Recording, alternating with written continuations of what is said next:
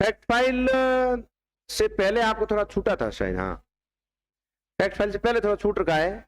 नंददास की रस मंजरी लिख दिया आपने लास्ट, उससे आगे लिखिए, उससे आगे, ये वैसे रीतिकाल से जुड़ा हुआ है, उससे आगे लिखिए मोस्ट करना।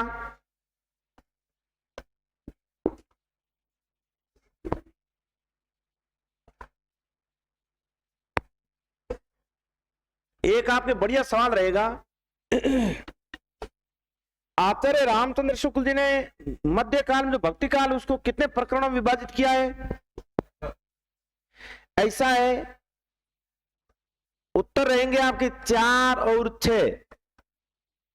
ये जो 4 है वो तो क्या है, सगुण और निर्गुण। फिर सगुण में राम काव्य धारा और कृष्ण काव्य धारा, या आपके संत यानी ज्ञानाश्री काव्य धारा और प्रेमाश्री काव्य धारा। ऐसे करके आचार्य रामचंद्र शुक्ल जी ने भक्ति काल को 4 शाखाओं में विभाजित किया। ये इनके आलोचना का कारण तो है, आलोचना का कारण तो ये रहता है, एक प्रकरण में राम काव्य, एक में हालांकि पहले आपके संत काव्य देते हैं, ज्ञानाश्रयी, संत काव्य, प्रेम काव्य, राम काव्य, कृष्ण काव्य, ये 4 शाखाएं तो है। लेकिन इससे एक पहले परिचय, एक इनके बाद, ऐसे करके आचार्य रामचंद्र शुक्ल जी ने मध्य काल में यानी जो भक्ति काल लेते उसमें कितने प्रकरण लिए? 6 प्रकरण लिए, 6 प्रकरण है। और छठा प्रकरण है वो है फुटकल कवियों का। फुटकल कवियों में क्या केवल 2 ये नहीं, ऐसा नहीं है, और भी है कवि। आचार्य रामचंद्र शुक्ल ने मध्यकाल में जो भक्ति काल है, भक्ति काल में 6 प्रकरण रखे। 6 प्रकरण, जो छठा प्रकरण है वो है फुटकल कवियों का। फुटकल कवियों में किसको स्थान देते हैं? केशव और सेनापति। काल कौन सा चल रहा है? भक्ति काल है। सेनापति की रचना मिलेगी आपको कवित रत्नाकर, एक मिलेगी आपको काव्य कल्पद्रुम। दोनों प्रसिद्ध रचना है, कवित रत्नाकर है, इसमें 5 तरंग है, जिनमें चौथी और 5वीं तरंग है वो राम काव्य से जुड़ी है। इसीलिए सेनापति को दे दिया है, रख दिया किसमें? भक्ति काल में। जबकि सेनापति रीति काल में आते हैं। सेनापति का प्रिय अलंकार है श्लेष, सेनापति का प्रिय अलंकार है आपके श्लेष है। और श्लेष अलंकार, अलंकार यानी काव्य का एक अंग है, और काव्य के अंगों का निरूपण करने काम रहा है रीति काल के कवियों का। साथ ही सेनापति की पहचान है ऋतु वर्णन के लिए। ऋतु वर्णन का अर्थ है कि आप प्रकृति का चित्रण कर रहे हो। प्रकृति का चित्रण रीति काल के कवियों ने किस रूप में किया? उद्दीपन रूप में, और उसमें आपके सेनापति भी है। अब सेनापति को कहां रखा जाए? सेनापति ने काव्य के एक अंग श्लेष अलंकार का चित्रण किया, सेनापति ने ऋतु वर्णन किया है, ऋतु वर्णन प्रकृति चित्रण किया है, प्रकृति के भी उद्दीपन रूप का चित्रण किया है। हालांकि ये तो पूरी रीति कवियों की विशेषता रहेगी, लेकिन यहां ऋतु वर्णन लिए सेनापति की पहचान है।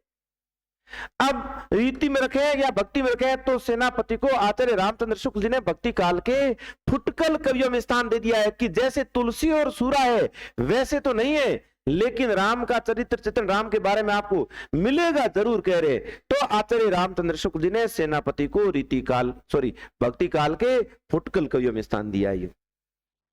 सेम कहानी आपके केशव के साथ रहती है, यानी केशव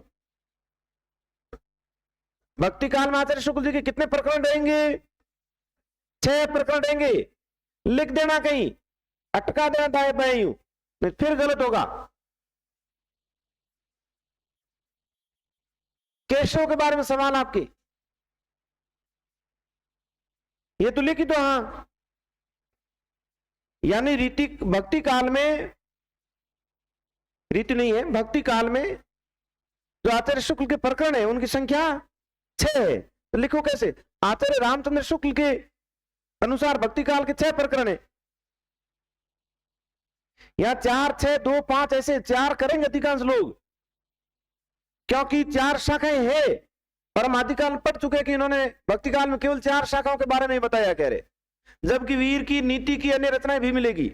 वो अलग सवाल था, वो विभाजन का सवाल था। यहाँ प्रकरण है, अध्याय कितने रखे हैं? तो अध्याय रहेंगे, प्रकरण रहेंगे 6।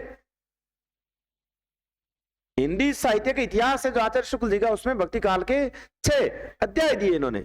अब देखिए केशव के साथ बड़ी राम कहानी विचारेगी, पूरा हमारा एक रहेगा, केशव के बारे में हम एक क्लास रहेगी। दरअसल केशव का जो जन्म है वो 1555 में, निधन 1617 में। देव पढ़ोगे आप, देव के बारे में आपके, देव कवि है और देव को आचार्य भी माना गया है। तो आचार्य और कवियों में फर्क क्या है?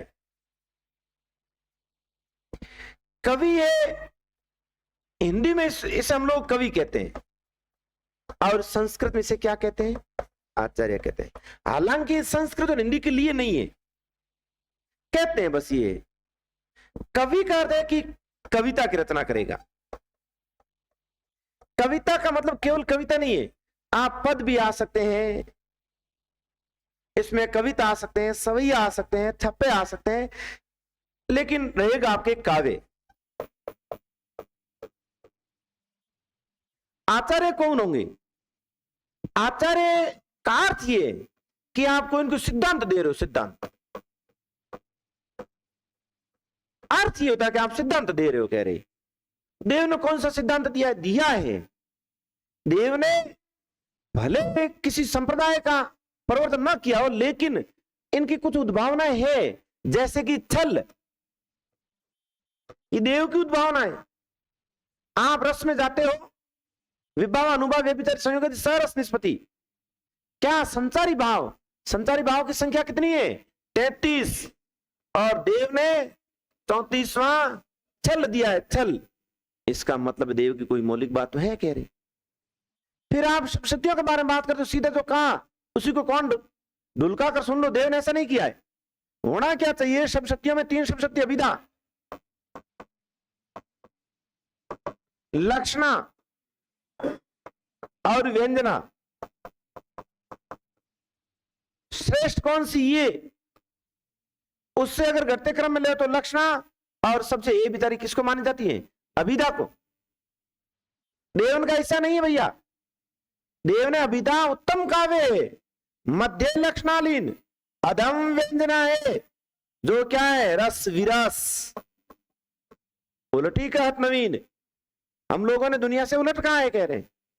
इसका मतलब है कि काव्य के एक अंग जिसमें एक अभिधा, और अभिधा के बारे में देव ने अपनी एक मौलिक बात कही है। इस आधार पर देव को क्या मान लिया गया है? आचार्य मान लिया गया है। जबकि ऐसा भी नहीं है कि रस संप्रदाय, अलंकार संप्रदाय, रीति संप्रदाय, ध्वनि संप्रदाय, वक्रोक्ति संप्रदाय की तरह आपने मौलिक संप्रदाय दिया है, ऐसा नहीं है। अंत दुगत तो आपको मिलेगी देव की कविताएं, आप 10वीं में पढ़ाओगे या फिर आपका आगे और कहीं रहेगी। इसलिए देव के बारे में भी लास्ट में ये कह दिया कि ये भी अन्य कवियों की तरह ठहरते कवि ही है। सवाल परीक्षा में आया हुआ है, फिर आ सकता है निम्न में से कौन कवि है जिन्हें कवि और आचार्य दोनों कहा जाता है? उत्तर रहेगा आपके देव। दूसरे केशव के साथ भी यही हुआ है, केशव के साथ भी आपके यही हुआ है। इनको भी भारी विवाद है कि ये कवि है या आचार्य है। शुक्ल जी के साथ थोड़ा सा एक पक्षपात का मामला जुड़ जाता हमेशा, क्योंकि आचार्य रामचंद्र शुक्ल, अब ऐसा है जैसे कि आप किसी एक व्यक्ति को इतना श्रेष्ठ बताते हो और आपको लगा कि दूसरा व्यक्ति भी श्रेष्ठ है, अब आप उसको भी श्रेष्ठ बताओगे, आपका बताया व्यक्ति श्रेष्ठ रहेगा नहीं। फिर आपको मजबूरी में दूसरे व्यक्ति को उनसे थोड़ा कमतर बताना होगा, कह रहे। क्योंकि आचार्य रामचंद्र शुक्ल जी तुलसी को वो स्थान दे चुके थे कि उनके बराबर किसी को फटकना भी वो देखना नहीं चाहते थे, कह रहे। अब भले रामचरितमानस जैसे कोई वाल्मीकि जी स्वयं अवतरित होकर आ जाए तो भी आचार्य शुक्ल जी श्रेष्ठ किसको मानेंगे? तुलसी को ओहदा दे चुके थे वो। केशव ने रामचंद्रिका लिखी है, और ये रामचंद्रिका 2 वर्ष 7 माह 26 दिन में नहीं लिखी है, एक रात में लिखी है। ये आपके वीएमओयू का मामला है, एक रात में रचना कर डाली। हाँ, ये वो सीधा कर रहे हैं यहां से कोटा से। अब एक रात में लिखी है बेचारे ने। आचार्य शुक्ल की नजरों में ये ठीक नहीं है कह रहे, क्योंकि इन्होंने क्या किया, इसके अंदर छंद भर दिए। राम स्वरूप चतुर्वेदी जी कह रहे साहब अजायब घर, अजायब घर। किसका? छंदों का। राम स्वरूप चतुर्वेदी कहते हैं छंदों का अजायब घर है, खजाना है, ले लीजिए छंद चाहिए था आपको। 1717 छंद ठोक दिए इसने कह रहे। आचार्य रामचंद्र शुक्ल जी कह रहे कुछ समझ में आ रहा है तो नहीं आ रहा है, आना ही नहीं है, आदमी नहीं है, ये तो क्या है, प्रेत है। रामचंद्रिका की शब्दावली को देखकर आचार्य रामचंद्र शुक्ल इनको ये कहते हैं, ये तो भैया कठिन काव्य के क्या है, प्रेत भूत। जबकि इन्होंने किसके बारे में लिखा है, राम के बारे में लिखा है। कबीरे के बारे में शुक्ल जी पहले कह चुके हैं, भाषा बे ठिकाने की है। इधर उधर लोगों ने कहा साहब लिखा कितना बढ़िया है, प्रतिभा बड़ी प्रखर है कह रहे। लास्ट में क्या कहा है कि प्रतिभा है तो इनकी भी प्रखर है। फिर कहा तर्क वितर्क किए होंगे कि मारना चाहा साहब, मरा नहीं।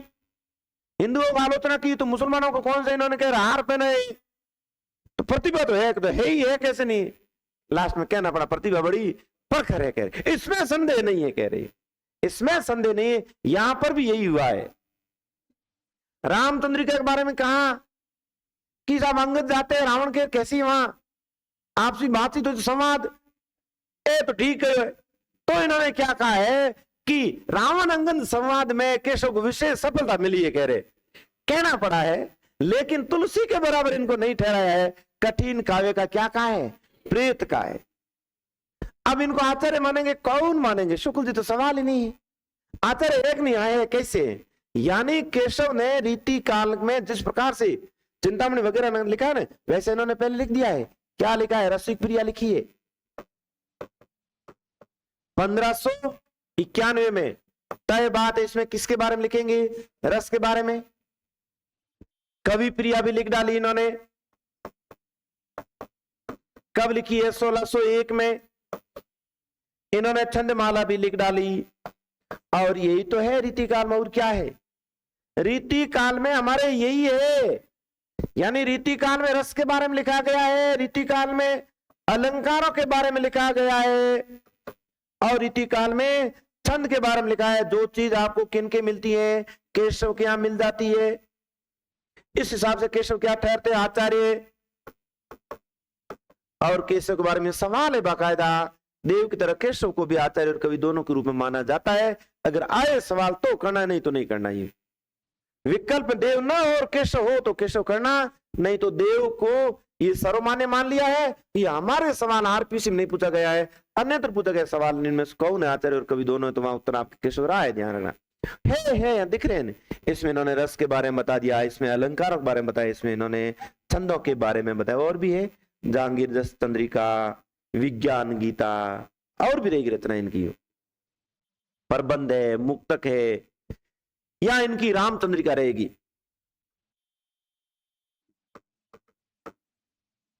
सॉरी,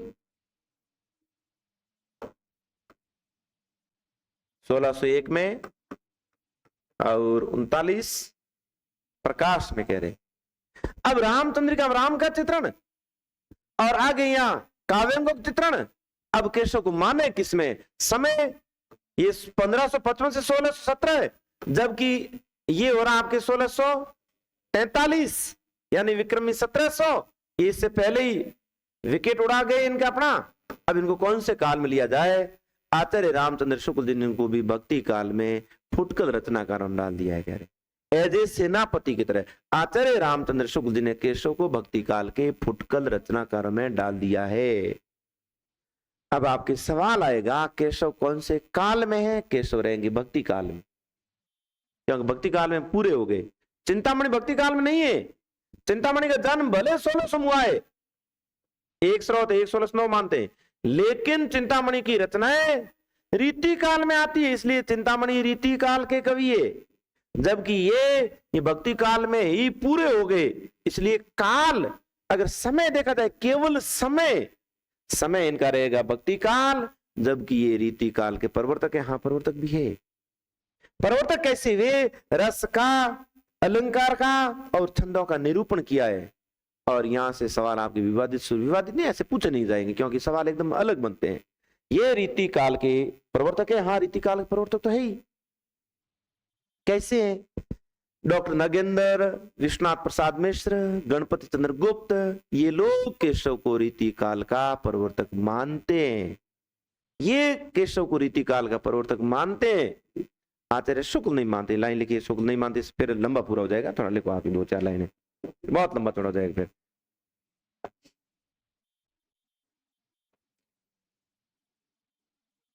आचार्य शुक्ल ने केशवदास और सेनापति की गणना, आचार्य शुक्ल ने केशवदास और सेनापति की गणना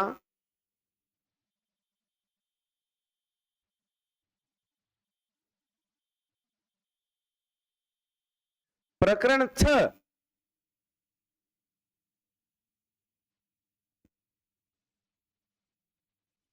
आचार्य शुक्ल ने केशवदास और सेनापति की गणना प्रकरण 6, इसी में लिखना है सगुण धारा में।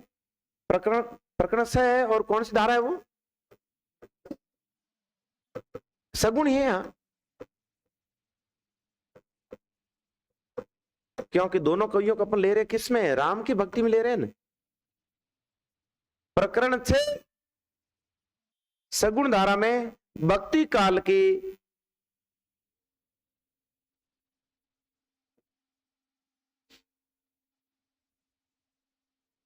सगुण धारा में भक्ति काल के फुटकल रचनाकारों में की है।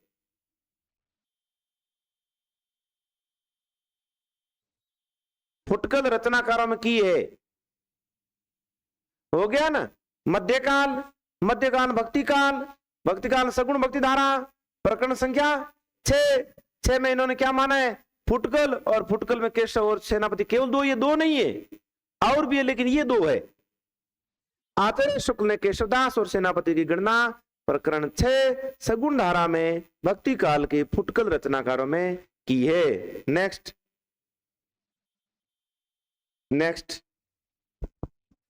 आचार्य केशव। नेक्स्ट आचार्य केशव रीति काल के प्रवर्तक माने जाते हैं। हालांकि अपन आगे केशव को पूरा ले रहे, पढ़ रहे हैं। आचार्य केशव रीति काल के प्रवर्तक माने जाते हैं।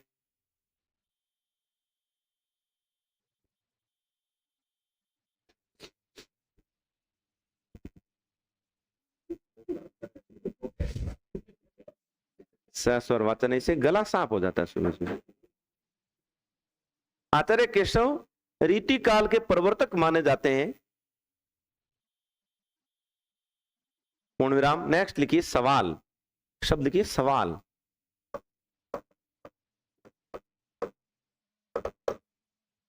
सवाल लिखिए, आचार्य केशव को आप कौन से काल का कवि मानते हैं?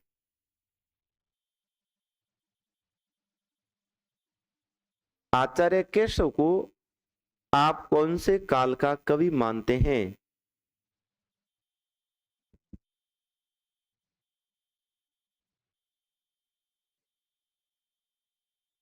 आचार्य केशव को आप कौन से काल का कवि मानते हैं? उत्तर लिखिए।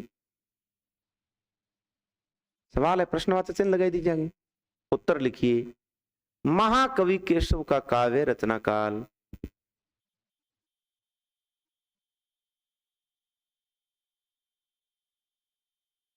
केशव को आप कौन से काल का कवि मानते हैं? उत्तर महाकवि केशव का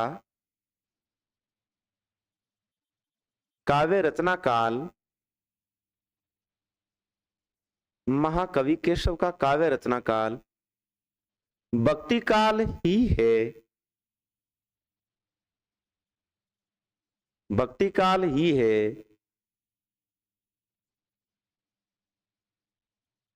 किंतु प्रवृत्तियों की दृष्टि से, किंतु प्रवृत्तियों की दृष्टि से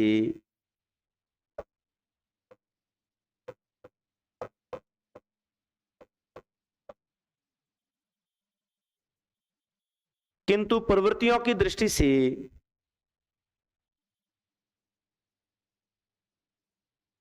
केशव को रीति का प्रवर्तक आचार्य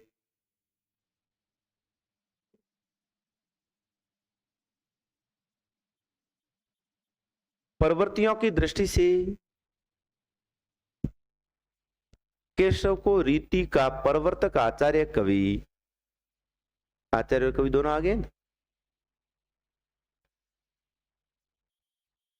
किंतु प्रवृत्तियों की दृष्टि से केशव को रीति का प्रवर्तक आचार्य कवि माना जाता है।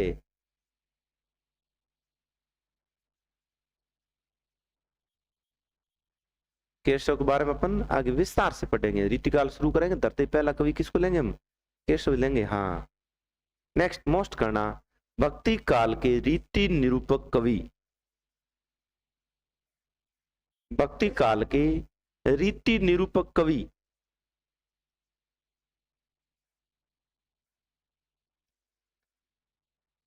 भक्ति काल के रीति निरूपक कवि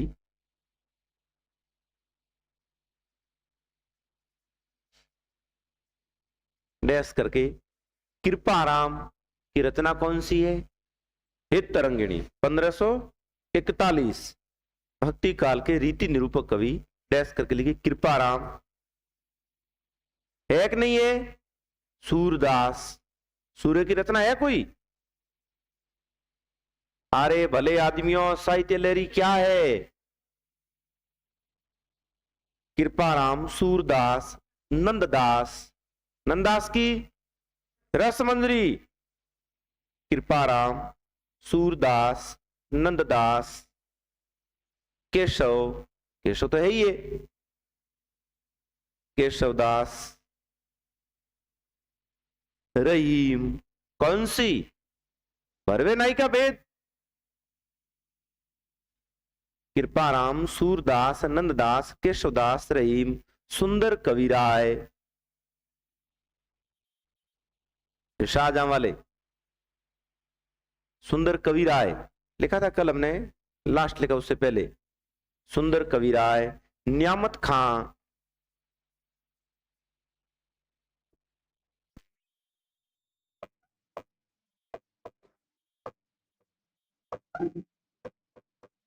बलभद्र मिश्र,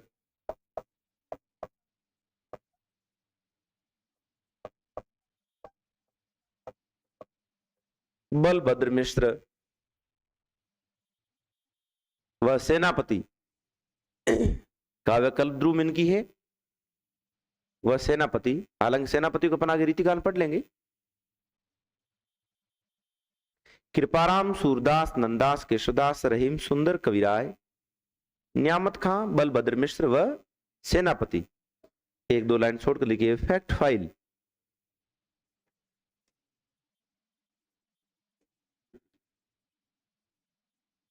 फैक्ट फाइल लिखिए।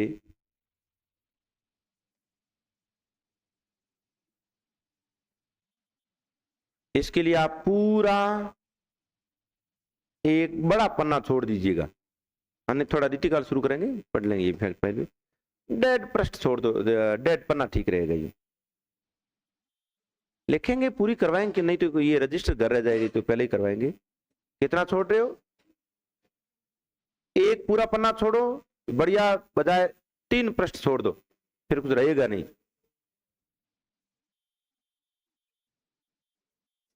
आगे डालिए रीतिकाल।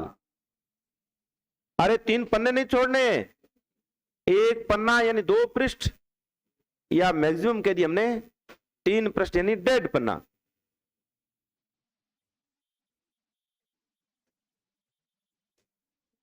रीतिकाल लिखिए, रीतिकाल।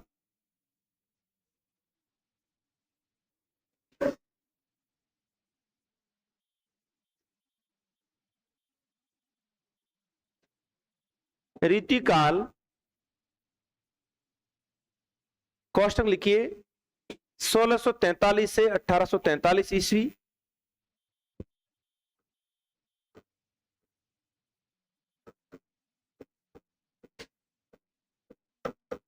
ऑब्लिक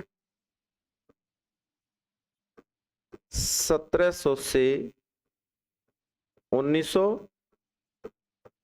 विक्रम संवत, एक ही बात है। 1643 से 1843 ईस्वी या 1700 से 1900 विक्रमी ईस्वी है, ये भी ईस्वी है।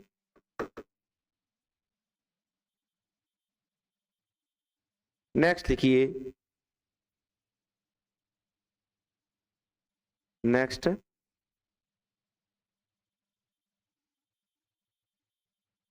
हिंदी साहित्य का उत्तर मध्य काल 1700 से 1900 क्या है, विक्रमी है, और 1643 से 1843 क्या है, ईस्वी सन में। नेक्स्ट लिखिए, हिंदी साहित्य का उत्तर मध्य काल जिसमें सामान्यतः, बहुत ज्यादा जटिल रहेगा लेकिन समझ में आ गया तो उतना ही सरल हो जाएगा ये। हिंदी साहित्य का उत्तर मध्य काल जिसमें सामान्यतः, उत्तर मध्य काल हो गया ना, कि पूर्व मध्य काल तो क्या था, भक्ति काल, और ये क्या है, उत्तर मध्य काल। उत्तर मध्य काल जिसमें सामान्यतः श्रृंगार परक लक्षण ग्रंथों की रचना हुई, ये उत्तर मिल गया आपके एक। श्रृंगार परक यानी रस में कौन सा प्रधान रहेगा, श्रृंगार। फिर रचनाएं कैसी है, लक्षण। ये एक चीज समझ में आती है आपका आधा रीतिकाल कवर हो जाता है। श्रृंगार परक लक्षण ग्रंथों की रचना हुई।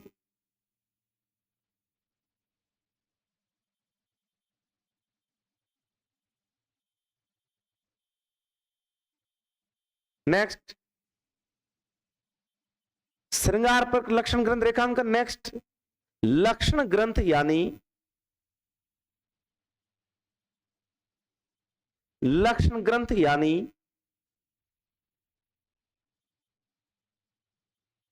लक्षण ग्रंथ यानी पहले दोहे में अलंकार,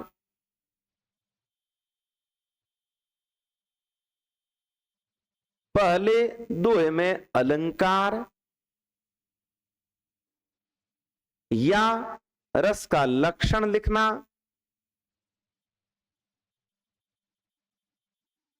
पहले दोहे में अलंकार या रस का लक्षण लिखना,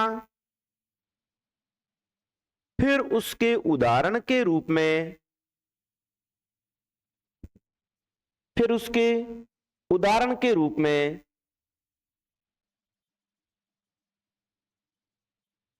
कविता का सवैया लिखना। ये कोई भी छंद आ सकता है लेकिन यहां कविता सवैया ज्यादा है। फिर उसके उदाहरण के रूप में कविता का सवैया लिखना।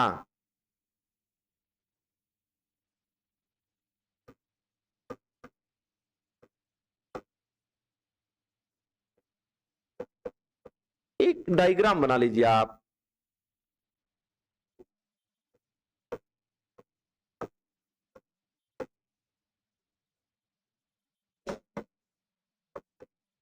ऐसे लिखिए एक लाइन, दोहा छंद, नीचे लिखिए सवैया छंद।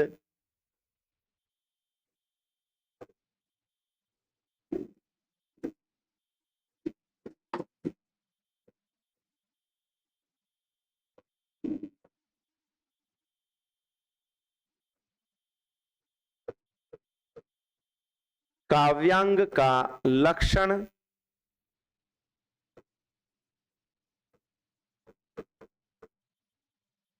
काव्यांग का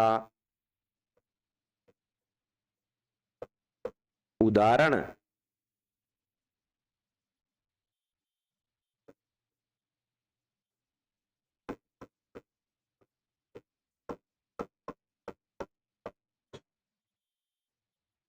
ये मार्ग या रीति है। हमने यहाँ सांकेतिक रूप से पहले यहाँ पूरे चरण ले लिए 3-4, जिसमें छंद आ गया दोहा। उसके बाद अलग चरण लिए, वहां हमने पूरा छंद ले लिया, कौन सा है, सवैया।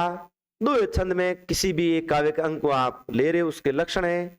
और अगले जो आप सभी एक छंद ले रहे हो, जैसे ये कविता है, इसमें उस लक्षण के दे रहे हो।